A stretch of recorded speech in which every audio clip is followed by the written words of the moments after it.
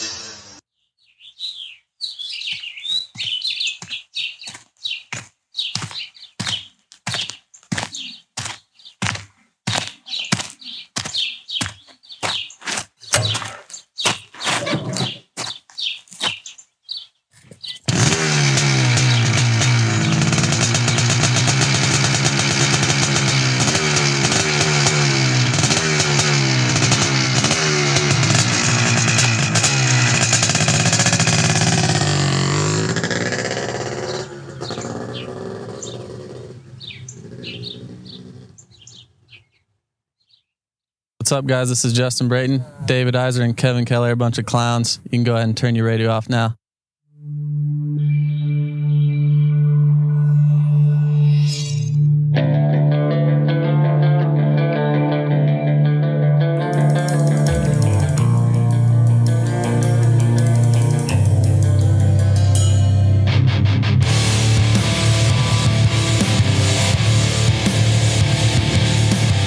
Everyone, welcome back to DMXS Radio. Appreciate you guys tuning in here once again. Want to thank our sponsors to make all this possible. Turn that down a little bit so we can hear what's going on. Thank our sponsors to make this possible. Racer X, MX Sports, W Wheels, OGO, Concept 2 Rowers, and of course the great folks there at Dunlop. Check them out at Ride Dunlop. And now it's time for one of our OGs here at DMXS, Justin Brayton himself. What's up, JB? What's happening? How we doing? Man, we are doing great, but you're doing awesome. You're doing so much better than Weege already. You're coming to take his job, and we love it. I don't know if Weege's job will ever be taken. He's the man. Big Weege fan here, as we all are. Yeah, we know. Yeah, it's so cool to see him get in the booth, right? Man, booth. Finally, it's almost like, we've all been waiting for this. We know he's been deserving, but until Feld and MX Sports got together, it was never going to happen. And the stars finally aligned, and Weege took his got his chance, and he's just flat killing it. Yeah, he is. It's so funny because we've been traveling a little bit together now. We're big TV guys, so we're sharing rental cars sometimes. And the funny thing was, before he actually did it in the booth, I think it was Anaheim 2. I'm trying to remember. I think it was Anaheim 2. Anyways, we're traveling to Anaheim 1, and he was like, "Nope, not done yet. I could get hit by a bus. Anything could happen. I haven't lived my dream yet." Yeah. And he finally got to us at Anaheim 2, and yeah, pretty awesome. He's great. He's doing a great job. Did he put that in his contract that you and him have to share a rental car, like in a hotel room and a single, like a one queen? Well, the rental car is great, but I draw the line at hotel room sharing with anybody. So he did try to get it in his contract, but that was a non-negotiable for me. You know what he would do is say, "Hey, we can't share a room. That's fine, but I want it an adjoining room. I want to know he's right next to me. I can just put my hand on that door and know that JB is sleeping right there. He's laying his pretty head on that pillow right there." Hey, welcome back to the show. How are Paige? How are the kids doing? You got 3 now. I mean, you're making a litter. You've got lots going on in the Brayton household. Well, we do. Paige is doing great. Thanks for asking. We've got 3. We've got a 9-year-old, a 6-year-old, and a 2-year-old. Yeah. And the 2-year-old is absolutely keeping us on our toes. Okay, good. And we are done at 3. Absolutely, we're done at 3. Okay. Unless we are going on a date night tonight.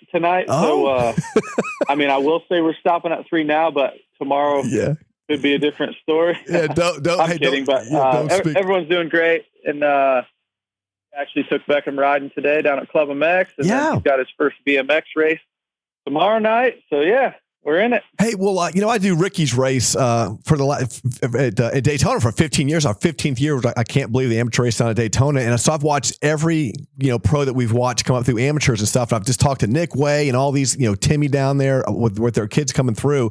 And now Beckham's at that age where he might get the racing bug. Is that something that he even is showing the interest in pursuing this? He definitely is. He loves to do it. I ask him all the time what his favorite thing to do is, because we play basketball in the driveway, and we play football, and we try to do it all, right? That's what I grew up doing. I pretty much played every sport through high school or through school.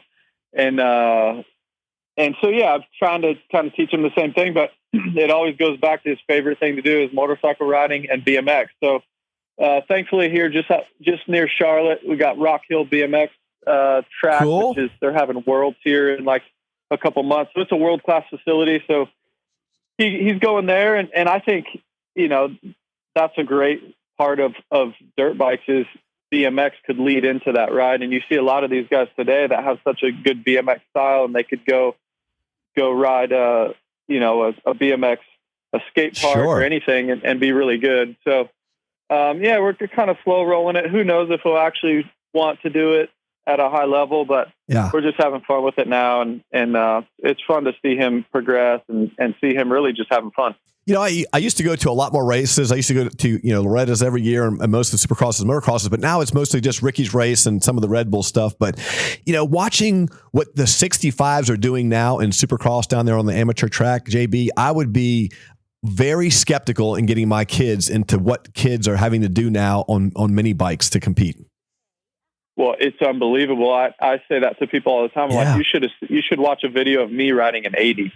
I mean, you would laugh. You would just keel over laughing just because you're like, that guy will never be anything, right? Right. And I really think it's across the board, right? In all sports, the level is so high. You pretty much have to pick one sport from the time you're 5 years old, it seems like, and play that, 12 months out of the year, and which is kind of sad. I don't really want that for my kids. I want them to experience everything, but then, to be at a high level doing anything and to compete with other kids, you kind of have to pick, so I don't know. It's a balancing act as a parent, as everybody listening is parenting is the hardest thing we'll all ever do. Right. So, just let them have fun. But to your point, man, it's what about the distances these mini bikes are jumping? High. I mean, that's the insane thing. They could jump triples if they let them in the on the supercross tracks. And we watch. Well, the one kid did, right? Yes, in Charlotte. In Charlotte, he jumped a triple. He did. Yeah, I'm like, what?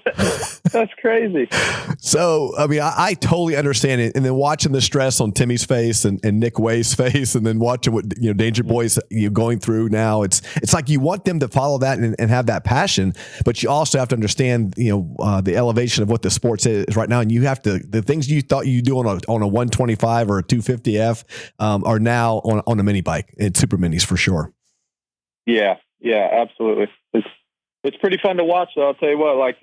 I think too the YouTube, when we were younger, you could only really watch the race like a week later or whatever, and now you can get on YouTube and literally watch Danger Boy ride yesterday, and study how he's doing things, and that's what basically every rider. It's literally instant on Instagram. You just watch some Insta bangers, and you could go try it the next day at your local track. What age did you ride your whoops for the first time?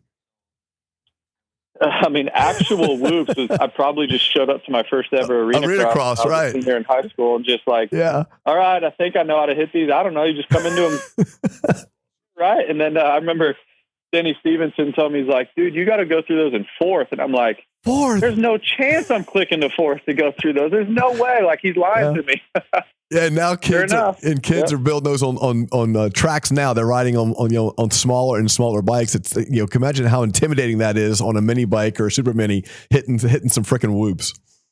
Yeah, crazy. Hey, well, Race Day Live, man, you picked a great year to come out and do this for real. You're doing an incredible job on Race Day Live. This has to be just a blast. I know that after officially retiring full time, this has got to be your new passion, your new challenge in life. I love it. I really do. It's something that I kind of a couple years ago now, I'd gotten hurt the week when we were kind of at Orlando. We had a couple races there. I got hurt, in the middle of those, and went on Race Day Live with my buddy Daniel Blair, and was on for like an hour, and just really, I loved it. And then they kept asking me to come back, and then I think later that year, Daniel went up into the booth, and they asked me to do Salt Lake City Race Day Live, and I did the whole show, and literally just got thrown to the wolves. Like, all right, show up. Here's where the set is, and go for it, And right then, it just it really clicked for me on how much I loved it. I've spent my whole life in this sport and 20 years as a professional, and feel like I have a lot of knowledge in it, and it's what we all love, and so to be able to, retire and then now to be on this side of it, it's just as much fun, if not even more fun than the racing side, to be able to study and get good at something. And it's like I'm starting racing all over again, really. Trying to get good at something else. And this is one thing. I mean, you and Dan now do a great job, and of course, just has a magic voice. But what they will never be able to do is what you former racers do. You are like a wizard when you break down jump combos. Like what catches your eye, and the combos of what they're doing, what they possibly could do. This watching live timing with you and watching practice is literally that is like a thesis in motorcycle riding. I love how you break that down.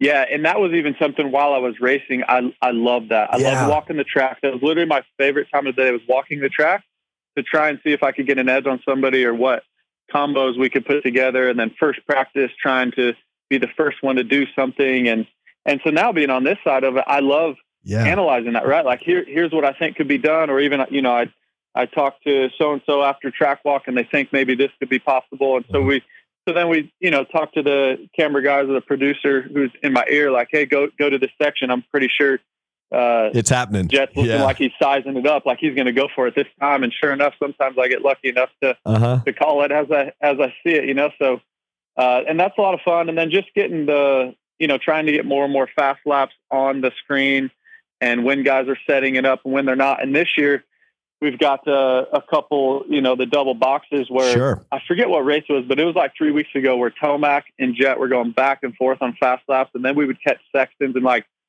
I got so into it because I'm like, this is amazing. This level that these guys are at is absolutely incredible. And we're getting it literally in real time of them trying to beat each other by a couple tenths. And these are the best guys in the world. And you could tell how much it mattered to them, that, your ego always takes over in that qualifying practice where you're trying to be the fastest. And a lot of people say it doesn't matter. Well, it does matter. I can guarantee you each and every one of them want to be fastest. So, it's been a lot of fun. It's a lot harder, as you know, than people actually think it is. And now being on this side, I definitely appreciate all the TV crew from top to bottom and the hours and work it takes to get something live on TV is really difficult, but I'm really having a lot of fun with it. Yeah, the production side is what people don't get, and people are so hard and easily criticized. RC or somebody calling the race or whatever. It's like, dude, you have no idea what they're hearing in their ear, and people could be stepping on them, and there's lots of stuff that goes into a live TV production that fans don't understand. And I wish they would just cut some slack and just understand that there's a lot going on, not just on the track. Yeah, and I had to learn that really quick. Once the producer talks in your ear and I tell that to people, like, hey, how do you like it and how tough is it? And I'm like, well, just imagine being on a phone call and in your other ear, you've got somebody telling you what's coming up next or what you need to be going to, or you've got 5 seconds to basically wrap up what's, there's so many things to your point of what's going on. And the people at home don't really know, which then we're doing our job, right?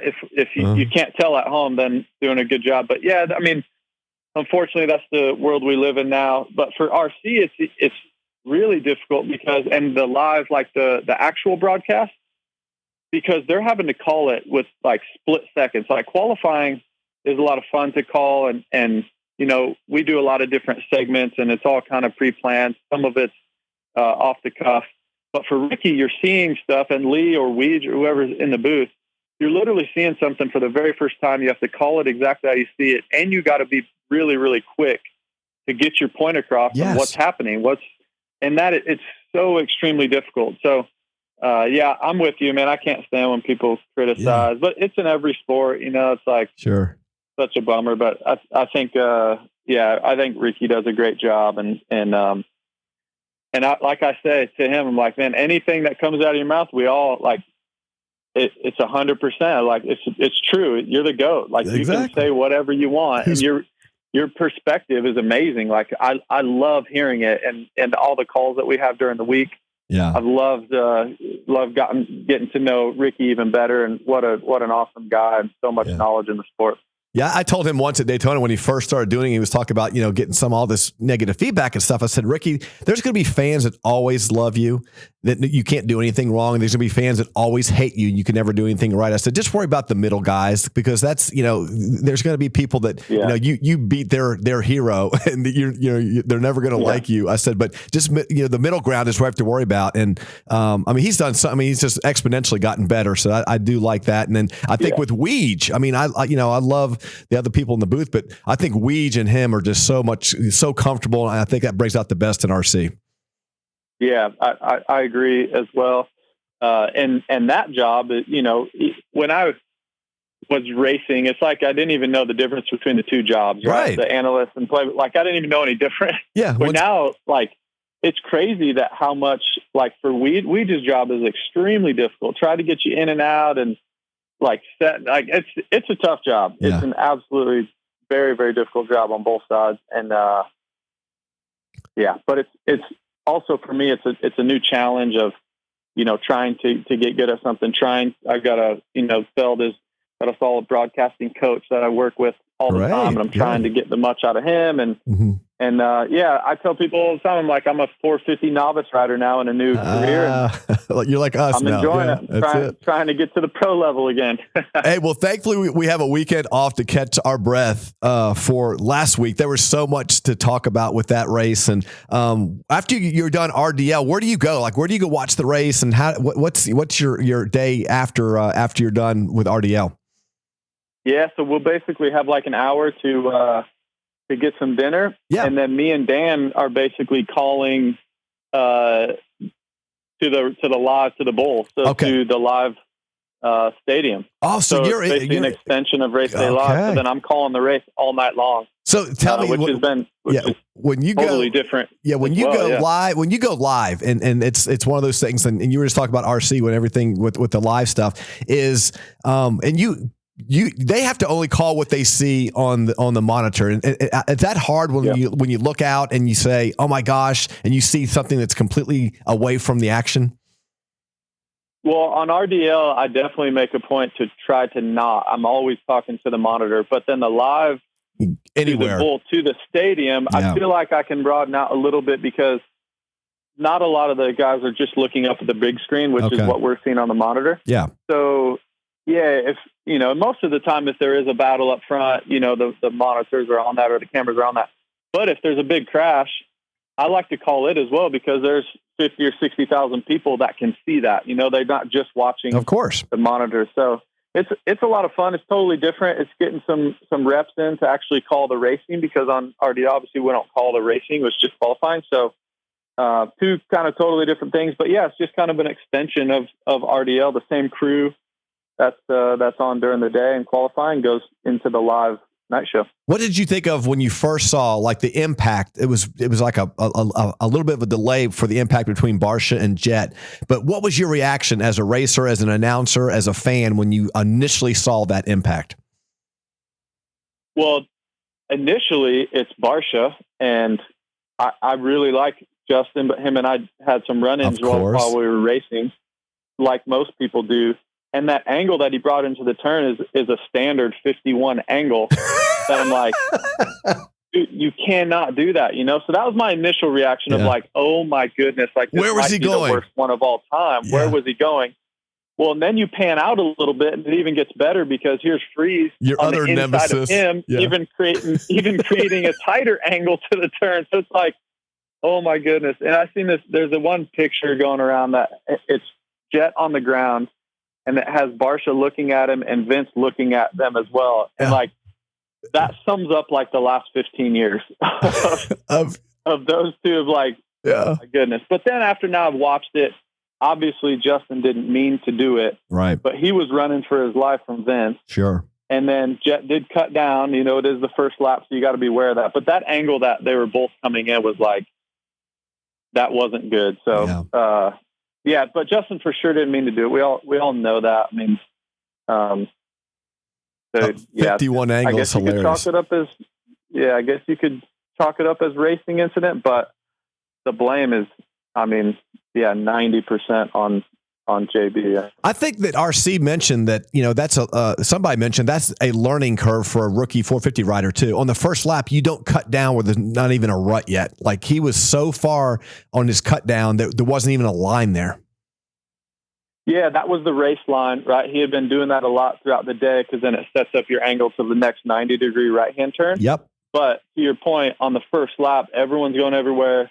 Those 180-degree turns back to back, like, yes, you can't cut down that much, and for sure he learned from that.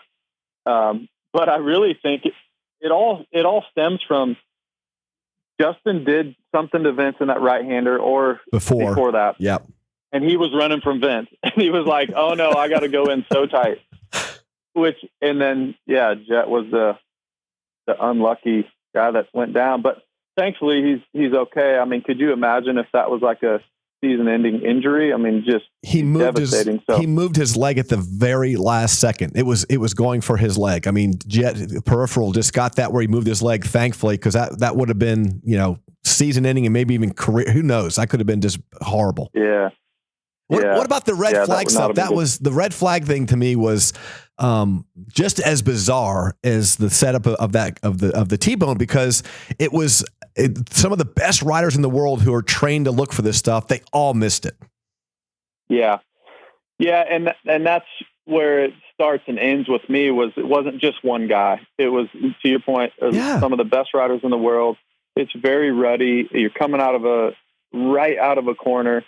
You're trying to line up the double, and the flagger didn't do him any favors by, obviously he's supposed to be held out there like that, but I just think you have to make it so known, like literally get out in the middle of the track. Yes. And show them that or something, you can't just be nonchalantly on the edge of the track, especially coming out of a right-hand turn and then you're way far on your right. Like you don't look that far over most of the time. So, I think if you're the flagger, jump out in the middle of the track and Jet's going to stop, and then everyone would roll after that. Because you're the shadow of the finish line structure. The flag's not moving. The white flag's moving. Everybody's going to the thing that's moving, and Ando jumped on it twice. Yeah. That's how inconspicuous it was. Yeah. Hindsight's always 20/20, but then you think about, do we get more light? Do we get a different style of flag? Do you get a bigger flag? Do you have him jump out in the middle of the track and make it so known that no one could miss? And that's where it comes down to me, because so Jet, let's just say he wins that. He has first gate pick for the last one. Does he even get hit by Barsha because he's in a better gate? Maybe a full shot. Like there's all these things, and then it just cost him $150,000 on the night. It possibly cost him the championship. So like there's millions of dollars on the line. Sure. I think the flagger should, not that he's going to get hit, but sacrifice yourself a little bit by getting out, like making it so known, you know what I mean? Then just nonchalant. Like there's so much on the line now. Our sport has gotten so big with a lot of money on the line, and for that to mess up something or somebody's night or somebody's season is it's a real bummer, and we've got to be better than that. And that's the only flag that can get you penalized for jumping on. It's like that's the one that should be waving the most conspicuous, the most in your face, because that can determine a lot. Like you mentioned, that when those dominoes start falling, they don't ever stop falling that night. Totally. Yeah. And that's why I think we've got to do something different I don't know. You have to be more aware, right? Because it's obvious that there's so much going on, and there's so many ruts. The tracks are difficult. You're just thinking about trying to do the obstacles and racing forward, and you're not really looking out for that. You know what I mean? So, especially in that placement, it's almost impossible to see. Which I think it proved that by, like you said, so many guys jumping. It wasn't just like one guy happened to jump and. It was a lot of them. So What about? I'm sure they're talking about it. That's one thing with the AMA and Feld and MX Sports and everybody. Like they're all, collaboratively thinking about different things and ways to improve and constantly. Like Mike Pelletier at the AMA has been amazing this season by just like he's asked me a bunch of questions and hey, what do you think about this and what do you think about that? I'm sure he's asking, a bunch of other people too, and they want to get better, but it's like. I'm sure they're in meetings all week talking about because they don't want it to happen either. It's the worst thing for them to be in that situation. Yeah, exactly. To decipher all that mess. What about helmet comms? I think RC tweeted out, would helmet comms have helped there? As a racer and as a broadcaster and as a fan, what do you think about helmet comms and that as either an advantage or disadvantage, pros and cons of that? Well, honestly, I only see pros. The only con is, people always say, oh, I don't want somebody yelling in my ear. Well, don't have somebody yelling in your ear, somebody nonchalantly, or we would just get used to it. That's another thing is like most motorsports have it. And I really think that you'll be fine with it, and that's me saying I've never ridden with it. Coy Gibbs, on JGR was always big on it. He was a huge advocate of trying to get it. Obviously him coming from the NASCAR side.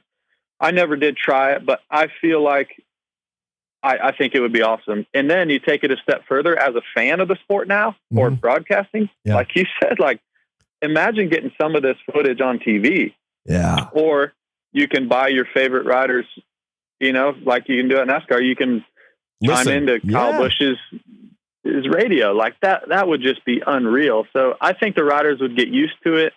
There's so much going on out there already. Like you can process one more thing. I think you would be fine. And then, another thing you could do is even if you did have a team member, you could pick one team member that's radioing to you or something. And then if somebody is just like a spotter in NASCAR, if you guys have a great relationship and your spotter, the guy that's communicating to you, has an advantage on stuff that he's seeing on the track. Yeah.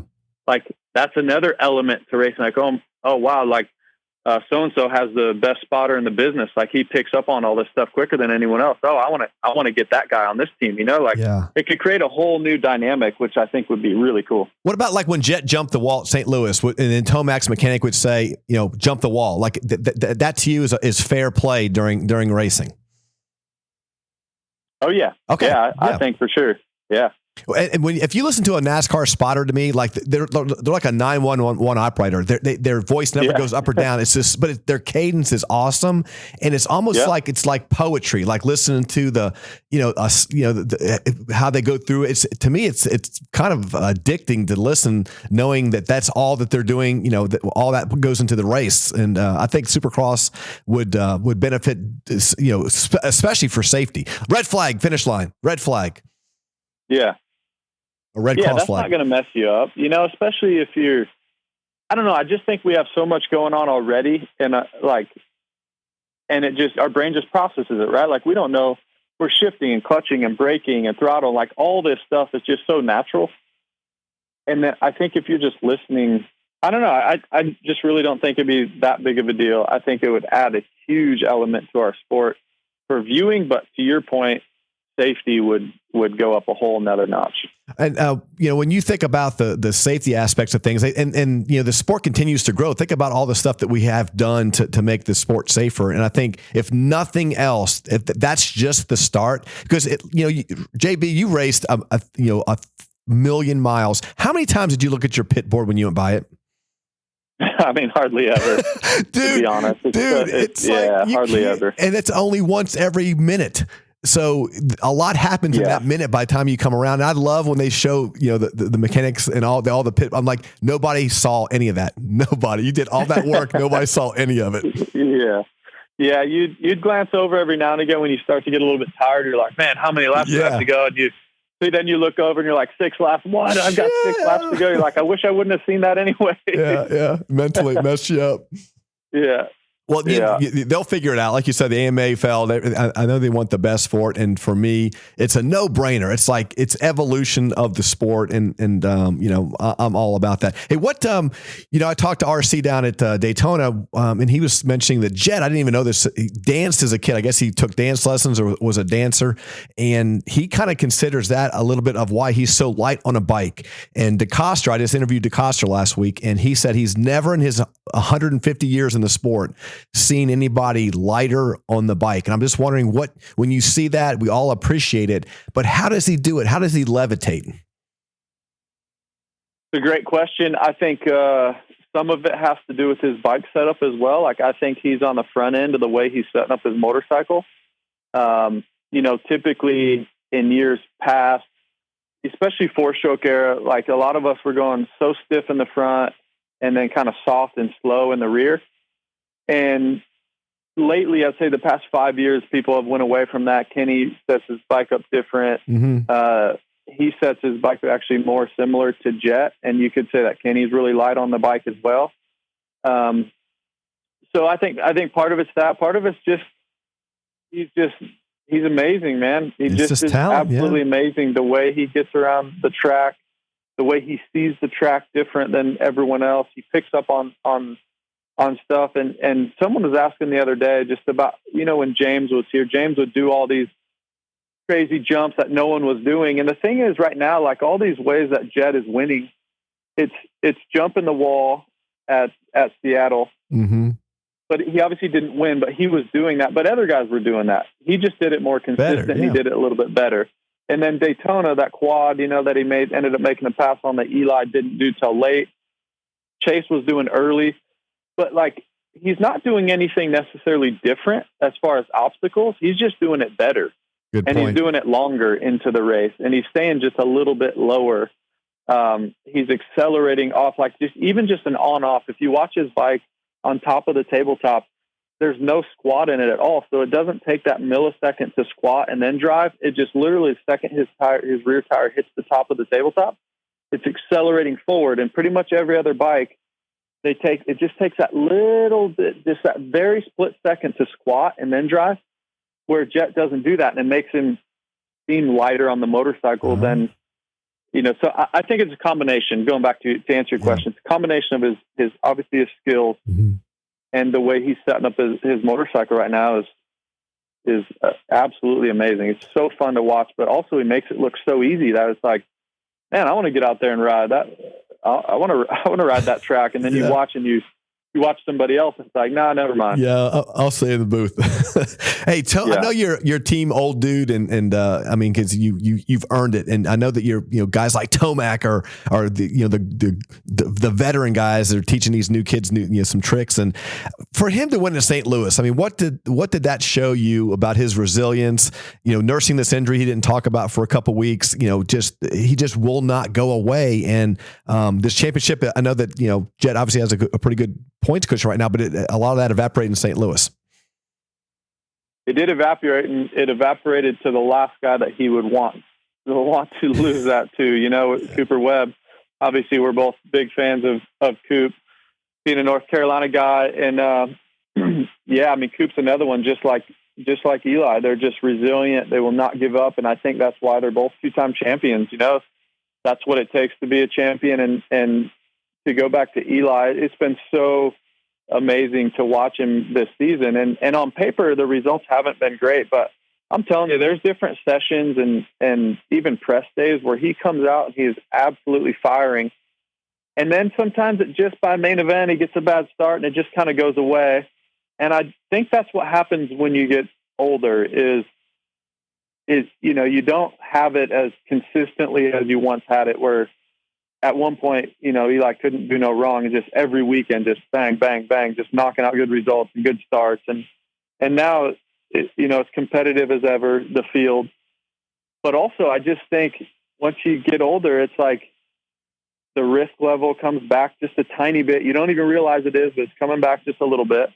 And so I think for all the stars to align in St. Louis was amazing. I think it could have aligned earlier in the season, but for him to come back from that injury and do what he's doing at his age with married with kids. Like I love it because it shows that you can do it on any age, not any age, obviously, but well into your 30s, which he could. I think he's 31, right? Yeah. But guys are sticking around longer. There's a lot of guys out there that are competing in the top 5 and top 10 that are in their 30s. And I think it's amazing because, look, you know as well as anyone, 10 or 15 years ago, if you were 30 in this sport, you were gone. Like you weren't even thought about, Yeah. Why do you think, I mean, and I know our sport doesn't have official gambling, so they don't have to disclose this stuff, but what is the mindset behind him not talking about an injury for 3 weeks? Do you feel?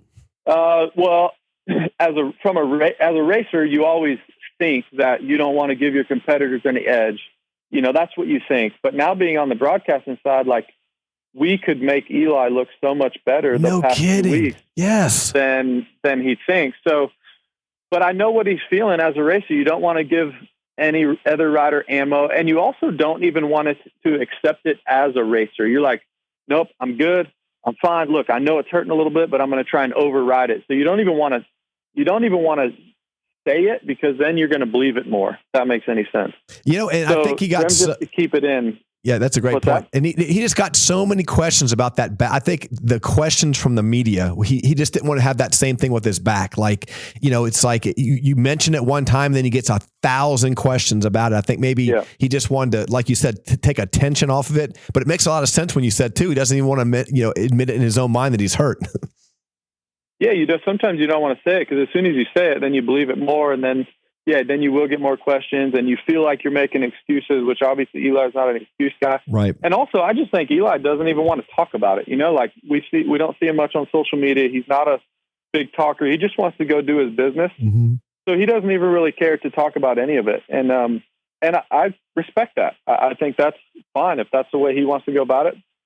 There's other guys that probably would have told us right away, but I do feel like Chase Sexton, for instance, this year, he's been so vocal and it's been great for us as a broadcast team because now we can just call it as we see it. And if Chase has a hurt hand or whatever, when he showed up to Glendale, then man, hey, you got 9th tonight or whatever you got. I'm pretty sure you got 9th. Like that's a great night. Sure. That's a salvage night where if we didn't know about that, we'd be like, wow, Sexton is struggling, and then that just opens up a whole nother can of worms, and then we're hammering him all week, and the fans are. So there's two sides to that, but I think it comes down to personalities, and Eli's like, look, I don't really want to talk to you guys anyways, so I definitely don't want to tell you about this injury, and then I got to talk to you more, and I got to talk about it. Yes. I'm just going to show up and try to do the best I can. Yeah, that makes a lot of sense. So be it. Makes because, like you said, he is the antithesis of not wanting to talk about anything. Just his media obligations are just that, obligations. Yep, that's right. Just let him do his thing, and you know what? I like it and I respect it because it's cool. Then we have, like Jet, who is doing his VIP stuff and super engaged, and Hunter as well. And it's like, that's amazing. But like for me, I put myself in that situation. I'd rather be more like Eli, where I'm kind of in the middle, but like, I mean, to do all that and to extend your time and your mental capacity through race day, talking to fans and trying to get to know different people and truly be engaged is a skill. Yeah. And I think it's a personality trait that those guys are gifted with, that guys like Eli are like, man, I didn't sign up for all this. I like riding my motorcycle. I'm really good at it. And I'm going to go try to make, millions of dollars doing it and get out of my way. And go back out into the woods and kill elk when I'm done. Yeah, exactly. We can't. And it's good that we have both, right? We have a huge range of athletes. They're not all the same. It's pretty cool. We'd have 6-hour broadcasts if everybody was like Max Anstey, and then we'd have an hour and a half broadcast if everybody was like Tomac. And so, like you said, everybody's right. And then you got Cooper Webb talking about Morning Wood. I mean, it's a beautiful rainbow of riders. That's why I don't think, for us or for the role I'm in now, like I don't hammer Eli because he's the way he is, or talk about Jet doing too much, or Max being too long of interviews, or Marv when he was racing. Like, I think it's amazing we have all of it. Like, let's embrace every single bit of it and make these guys characters and pump them up for their own way. And that's why Eli has so many fans the way he does, and Jet him and Kenny, super outspoken Kenny on social media. He's going to tell you everything he's thinking. So I think it's great. And what a time to be in the sport. Like you started off the interview, it's such a cool time in this sport. We're all very fortunate. Are you more surprised with Vial second in points or Deegan fourth in points at this point in the season? Ooh, that's a great question. I hadn't thought about that too much. I'm obviously surprised with both, but I would say the Deegan thing, because now if you told me if they were honest about Deegan's injury and we knew everything about it, I would totally give him a hall pass on that. Fourth is actually great. And that's where I'm leaning more on, because we've all heard stuff behind the scenes that it was obviously a pretty big injury. Right. So for him to do what he's done so far has actually been great. But I still would expect him to be a little bit better than fourth, where Vial's a winner. And I said this on Race Day Live. I feel like if you're a world champion, a two-time at that for him, if you're a winner, you're always going to find ways to win again, no matter what discipline it is. Even if he tried it on any sort of form of racing, I feel like once you're a winner, you're always a winner. And I knew he would find a way to win again, but it's pretty early, it's only a second season, and our sport is so quick to think all right, well, he's a two-time MX2 world champion. Right. He should come over and win right away. But it's a totally new discipline to him in Supercross. So I think he's doing fantastic. To get the 2 wins in a row, I think is great. But man, that's a great question, and both of them are surprising, but I would say the Deegan one's a little more surprising. And we're old enough to know back when Pro Circuit was everything. That Mitch was just painting this trailer with number 1 plates, and then there was a very, very, very, very long dry spell. So for him to have both coasts with a points lead right now is kind of cool to see the resurgence of Pro Circuit Kawasaki. It's been so cool, and to the RV and Townley days and stuff. I mean, that's one of my biggest regrets of my career is not going to pound on Mitch's office door and say, give me a ride. Because in my 250 days, that was it. If you were riding one of Mitch's bikes, you were pretty much going to win. And I never got to experience that. But now to see it come back that way, and obviously my good buddy Cameron McAdoo got the red plate. Yep. That's a lot of cool, there's a lot of great storylines there with him, and just obviously being from Iowa and growing up the way he did. So that's been cool.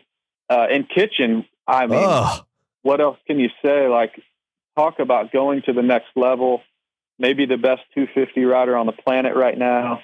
And the cool thing about him is to really believing in himself to say, you know what, I don't want to be on that Star Yamaha, which everyone basically wants to be on that bike. I don't want to be there, and I'm going to go create my own program at Pro Circuit Cowie, and then I'm going to go sit in Mitch's office and say, oh, by the way, I don't want to come to California either. Yeah. I want to do my own thing. And all those things added up to do what he's doing now is just absolutely amazing. Yeah, it's really, really cool to watch. Yeah, that story is where, like you said, he leaves Yamaha, which everybody wants that coveted ride. And then he starts telling Mitch what he's going to do, which nobody ever does. Right, which you never do. Those 2 things, it's like, if you're in the 250 class, those 2 things you do not do. Yeah. And Levi did it, and here he is winning. But like I said, kudos to him and his self-confidence, self-belief that, hey, if I get these things that I'm asking for, I'm going to go win. And Mitch has actually gotten a lot better about that. He'll give you a long leash, but he's going to tighten that thing up right away as soon as you don't get results. And I'm sure that was said, all right, kid, you can go to Florida and you can do your own thing, but the second you don't win, you're out here. And Levi's winning, so I'm sure everybody's happy, right? Everybody's got their favorite Mitch Payton story, but when RC says that Mitch would smell his hands when he came back at the shop to see if he was eating French fries, I mean, that's how great. Strict that Mitch used to be. I mean, he's had to evolve, and of course, he's probably one of the most fun, laid back, but he takes racing very seriously. But you have to evolve. I mean, this is the new world. I mean, it used to be SoCal and Florida. Now you're up by one of the premier training facilities in the country. They're everywhere now. Guys can ride and train, show up on the weekends, and do what they're doing. Yeah, I definitely think it's trending more and more that way. There for a while, it was just the only way you could win was on Pro Circuit in the 250 class. And then, you had to be trained by Alden Baker, which I've got a ton of respect for Alden, the way he is, just the person he is. But that was pretty much the only way you could win. That was the secret sauce. And now I feel like there's more motorcycles that you can win on. I really believe that pretty much every factory team in the pits they're capable of winning. They've got amazing staff, so many smart individuals on each team. The bikes are better than they've ever been. The training isn't quite a secret anymore.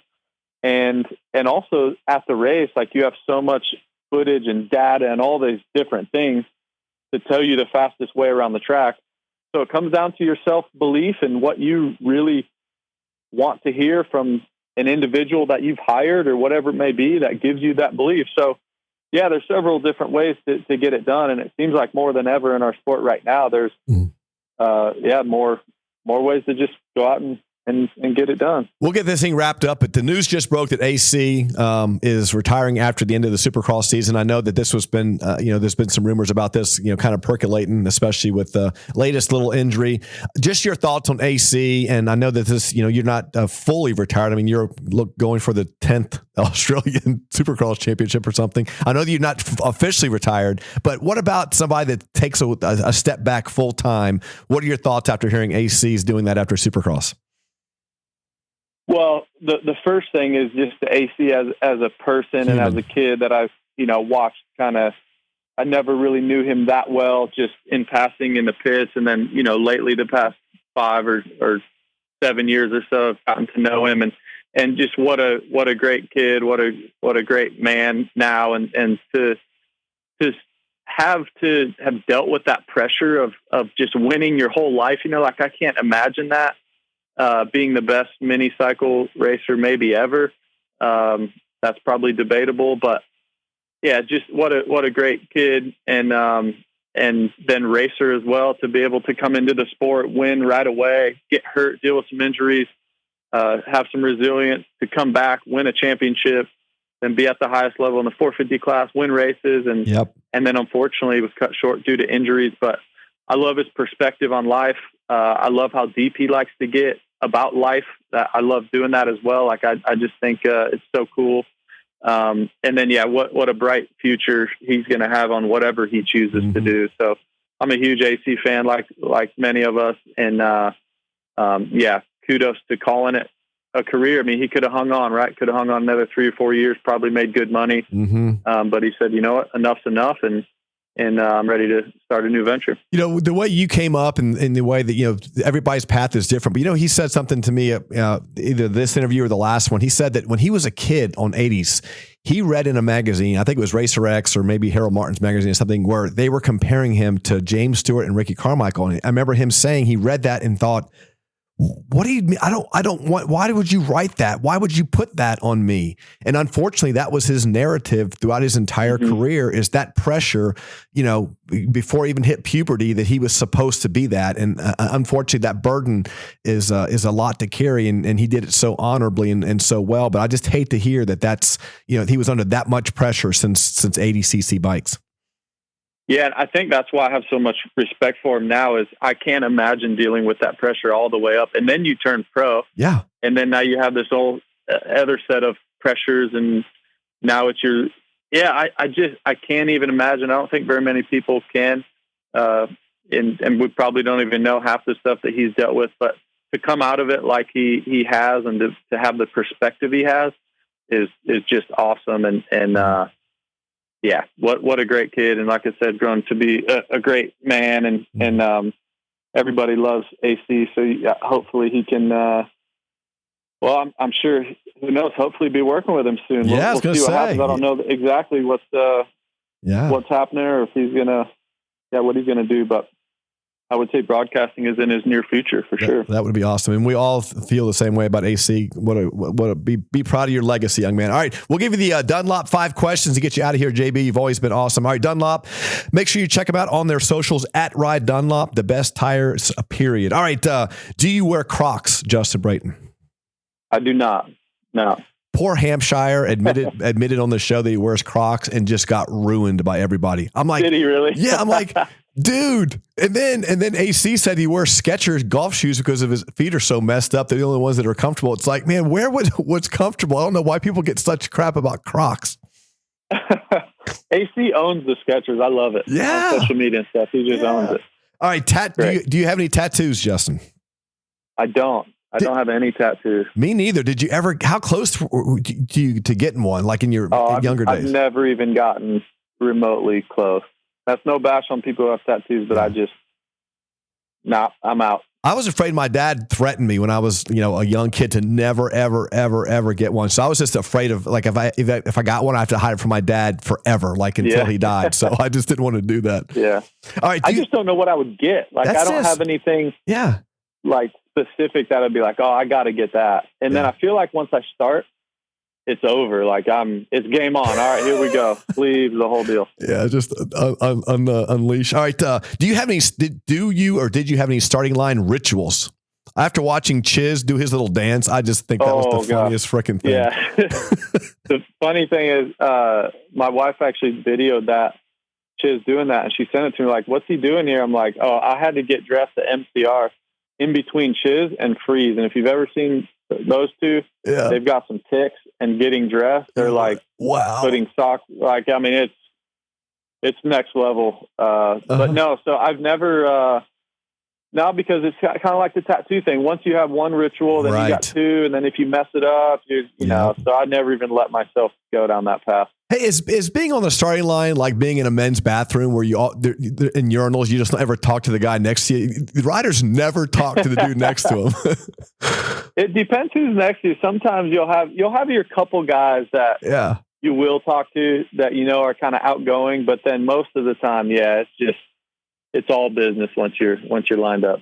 Do you ever have the urge just to look over just before the 30-second and just go, dude, what's leaking out of your bike? Like, yeah, exactly. What is that, an oil drip?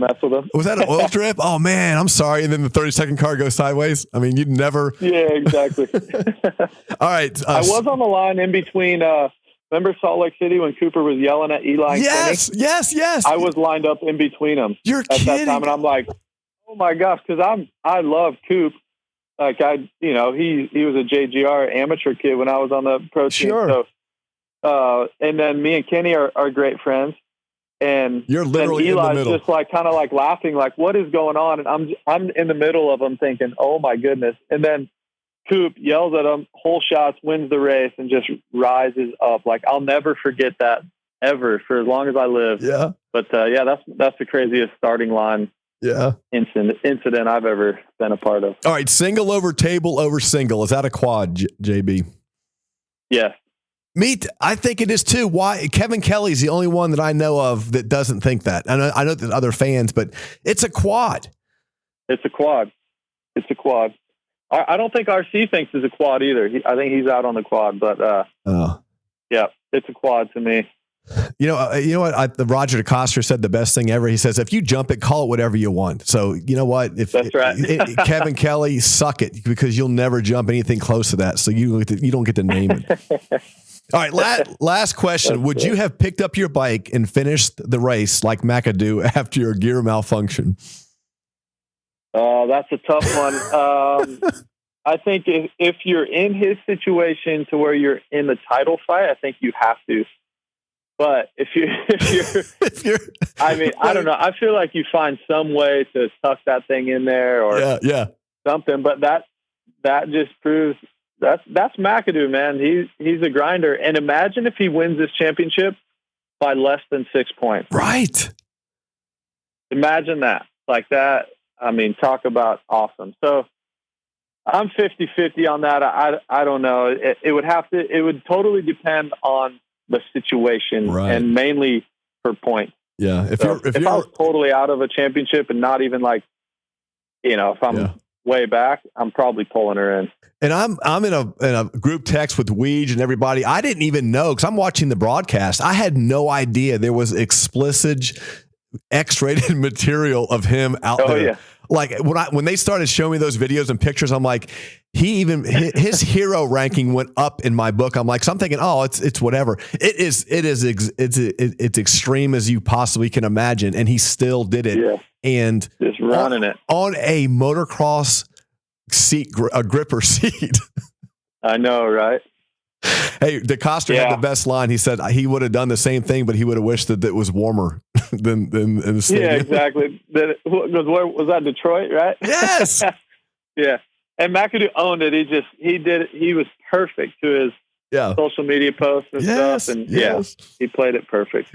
But here's the thing. He has taken away every excuse of any rider in the next 100 years of not picking your bike up and riding. I mean, I don't care what's hanging out. You better get on the bike and finish the race.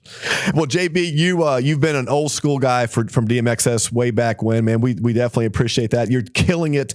Like I said, you are a wizard. I was listening to you, and I actually said that. My wife said what? I said, I called him a wizard. I mean, because you're talking about stuff that I'm like, that is, I never even thought about that with those jump combos, and you're nailing it. So congratulations on that. We love this on the next chapter of your career, and we're lucky to have you in the sport as well, man. Thanks for what you've done and what you're doing in our sport that we all love so much.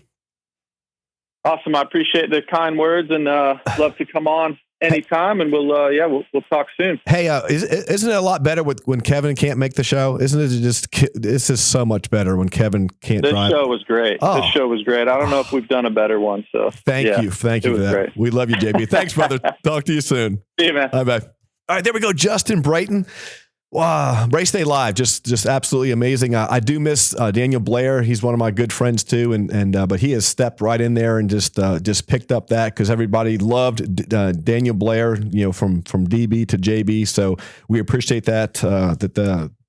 I guess I don't know how he just continues to have this power over JB where he speaks so well of him because I think we all kind of know that he's. Whatever. But hey, thanks to, again, our sponsors. We love you guys. Racer X, MX Sports, W Wheels, OGO Concept, 2 Rowers, and Dunlop at Ride Dunlop, the best tires in the business. Hey, our boys at Verb, man, bringing back World Minis. That's actually where I met Hammer, my good friend there at Red Bull, first time ever, way back in the day when they used to have that race out in Vegas. And so it's very cool that Verb is doing that. So Zach and everybody out there announcing and having fun with the Verb boys and Brent and Chase and Wes. We love you guys. You've been with us from the beginning. We've been with you guys from the beginning. So congratulations on that and what else you have planned over there at Verb Moto. So guys, thanks. And we're back when we're back. DMXS. Excuse me while I whip this out. The Dead Motocrosser Society.